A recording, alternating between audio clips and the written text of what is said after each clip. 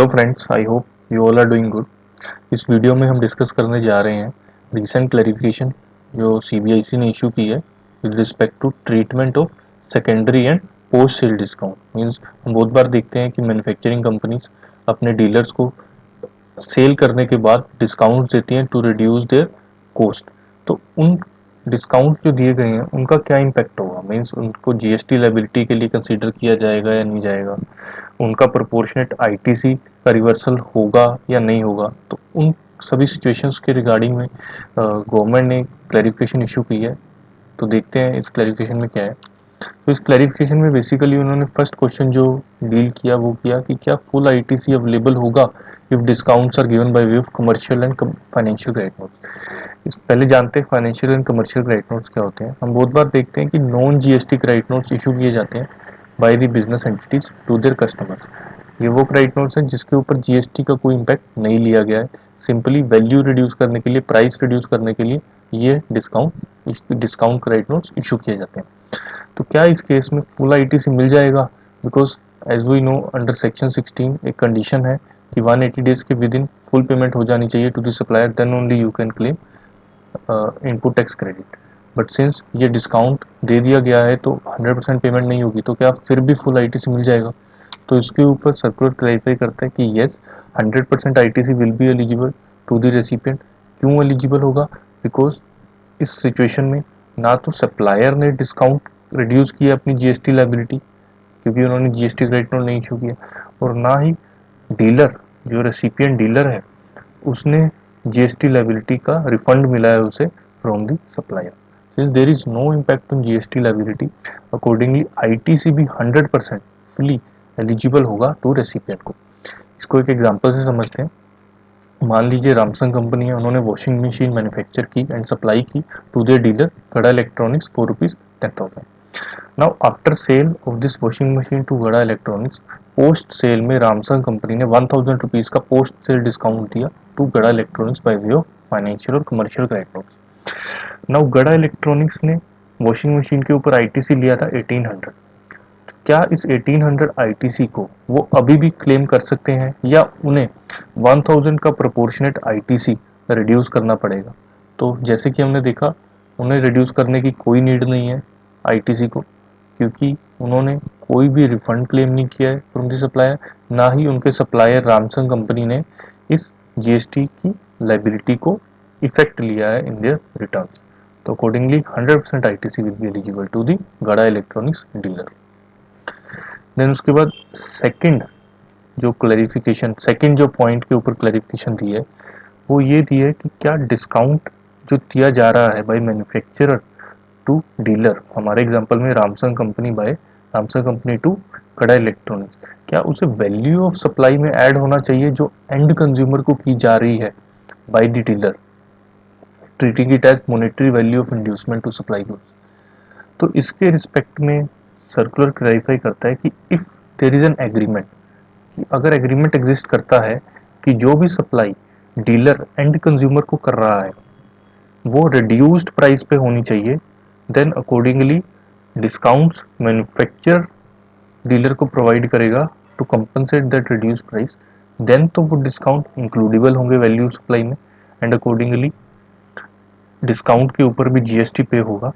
But अगर ऐसा कोई एग्रीमेंट एग्जिस्ट नहीं करता एंड जो डिस्काउंट मैन्युफैक्चरर ने डीलर को दिया है वो एक तरीके से वॉलंटरी डिस्काउंट है and there is no agreement for that discount, वो प्री डिसाइडेड नहीं है, देन उस केस में वो डिस्काउंट वैल्यू ऑफ सप्लाई का पार्ट नहीं माना जाएगा। जिसको एक एग्जांपल से समझते हैं।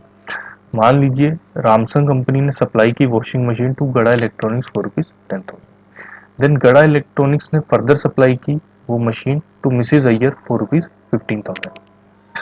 अब सेल के बाद रामसंग कंपनी ने डिस्काउंट दिया ऑफ ₹1,000 टू गड़ा इलेक्ट्रॉनिक्स। तो अब गड़ा इलेक्ट्रॉनिक्स को जीएसटी लायबिलिटी पे करनी चाहिए 15,000 के ऊपर या 16,000 के ऊपर। तो इसमें दो केसेस पॉसिबल है।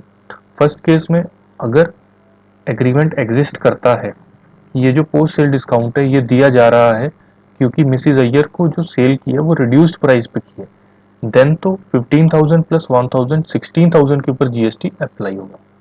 बट अगर ऐसा कोई एग्रीमेंट एग्जिस्ट नहीं करता एंड ये जो पोस्ट सेल डिस्काउंट गड़ा इलेक्ट्रॉनिक्स को मिला है ये एक तरीके से वॉलंटरी डिस्काउंट मिला है फ्रॉम रामसंग company and there is no connection of that discount with the sale made to end consumer Mrs Iyer, then उस केस में जीएसटी सिर्फ 15,000 के ऊपर चार्ज होगा, 16,000 के ऊपर चार्ज नहीं होगा।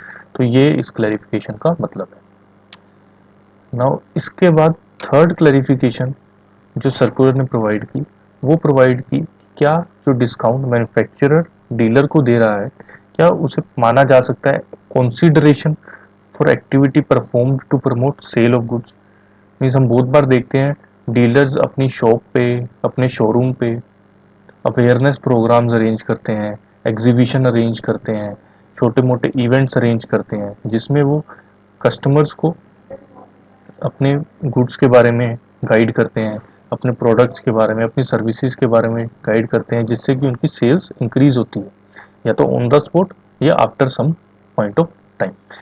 तो उन सभी प्रमोशनल एक्टिविटीज़ के लिए क्योंकि उस पर एक्सपेंस इंकर होता है तो मैन्युफैक्चरर डीलर को उनकी सेल प्राइस पे कुछ डिस्काउंट दे देते हैं। तो क्या वो जो डिस्काउंट उन्हें मिला है in relation to promotion of goods at their showroom तो क्या उसे वो कंसिडरेशन मान ली जानी चाहिए एंड उस डिस्काउंट की अमाउंट के ऊपर डीलर को जीएसटी डिस्चार्ज करना चाहिए।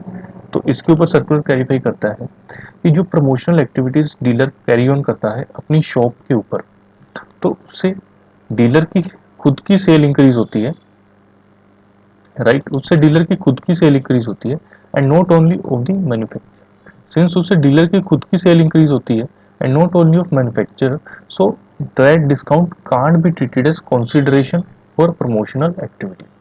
बट इफ मान लीजिए एक एग्रीमेंट एग्जिस्ट करता है जिसमें कि बताया गया है कि सेल्स प्रमोशन एक्टिविटी इस तरीके से की जानी चाहिए, इतने इतने लोग बुलाने जाने चाहिए, ये प्रोडक्ट्स ये सर्विसेज एग्जिबिट होनी चाहिए। तो मतलब एक pre decided pre agreed process है जिसके अकॉर्डिंगली प्रमोशनल एक्टिविटी की जानी चाहिए। देन उस केस में जो भी डिस्काउंट मैन्युफैक्चरर डीलर को प्रोवाइड कर रहा है वो एक तरीके से कंसीडरेशन मानी जाएगी फॉर दी प्रमोशनल एक्टिविटी जो डीलर कैरी ऑन कर रहा है अपनी शॉप पे या अपनी शोरूम पे। तो अकॉर्डिंगली उस डिस्काउंट की अमाउंट पे जीएसटी डिस्चार्ज होगा। तो हमने देखा कि ये 3 क्लैरिफिकेशन है जो कि ये सर्कुलर प्रोवाइड करता है। पहला कि क्या आईटीसी मिलेगा या नहीं मिलेगा, 100% आईटीसी मिलेगा या नहीं मिलेगा डिस्काउंट के प्रोपोर्शन में, क्या जीएसटी डिस्चार्ज होगा या नहीं होगा वैल्यू ऑफ सप्लाई का पार्ट बना के डिस्काउंट को। देन थर्ड, क्या प्रमोशनल एक्टिविटी अगर कैरी ऑन किया है और उसके लिए डिस्काउंट मिला है तो उस पर जीएसटी चार्ज होगा या नहीं होगा।